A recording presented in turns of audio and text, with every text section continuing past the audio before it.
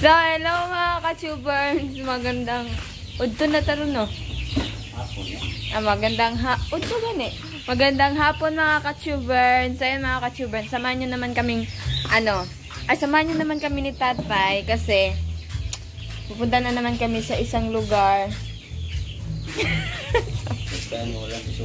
Sa isang lugar na. Uy, maraming piso wifi mga ka-tubers. Mga ka-tubers, mag-i-install na naman kami ni Tatay ng piso wifi. Bago na naman mga ka-tubers. So, another na naman, sila, Tatay income. Tapos yan yung piso wifi mga ka-tubers na i-install namin doon sa, saan yun? Sa malapit sa Sapa mga ka-tubers. Oo, sa Sun 7. May hangin. So, let's go na mga ka-tubers.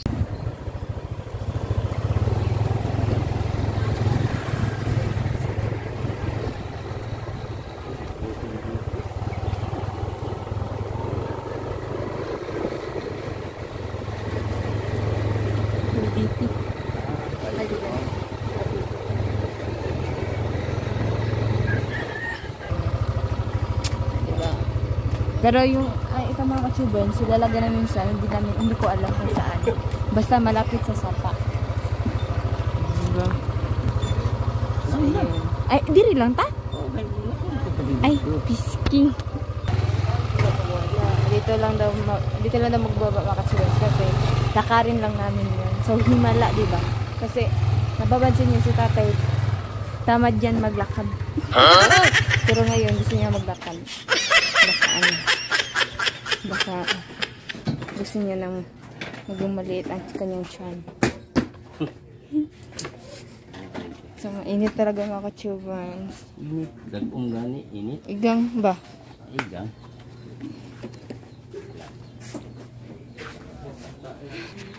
Alam niyo mga ka-tubers, bago kayo mag-harvest ng inyong piso wifi, kapag magtawag kayo mga ka-tubers, makakaranas pa talaga kayo ng mga hirap-hirap, pagod, ganun. Kasi madami pa kayong gagawin para magkaroon kayo ng signal. Di ba? So, akala nyo harvest lang kami, hindi. May gagawin din. Lalo na kapag lalo na kapag nasisira yung piso wifi, nakakapagod mga ka-tubers kasi biyahe kami, ganun yun, tapos aayusin. Pero hindi naman ako napapagod kasi nanonood lang ako. Si Tatay lang kasi siya yung nag-check na may signal. Baka kapag walang signal, inaayos niya, ganun. Tapos minsan nagkakasabay yung mga problema kasi minsan mga ka-tubers, pag yung isang piso wifi niya may diferensya, parang yung iba rin may diferensya rin ba, parang nagsabay yung problema. So si Tatay parang nauubos na yung buhok niya. Sa kaka-stress kasi hindi niya alam kung sino yung uunahin dahil puro may problema. So pupunta na kami mga ka-tubers, napakatagal. Tapos init na mga ka-tubers, parang wala nang gana yung Disney Princess. Joke lang. So, doon pala yun mga ka-tubers, banda ilalagay ni Tatay yung isang piso wifi niya. Ayun. Hindi yung tiyan niya. Yeah, kakaibang kapayas kasi bulaklak ang naglalaman. Ha? Tapos may tabay mga ka-tubers. Ay, siputang pala.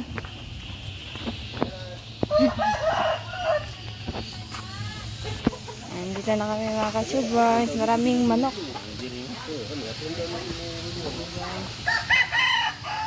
Dito? Oh, dito ilalagay ni Tatay yung... Dito ilalagay mga ka-tubers. Yes, yan o.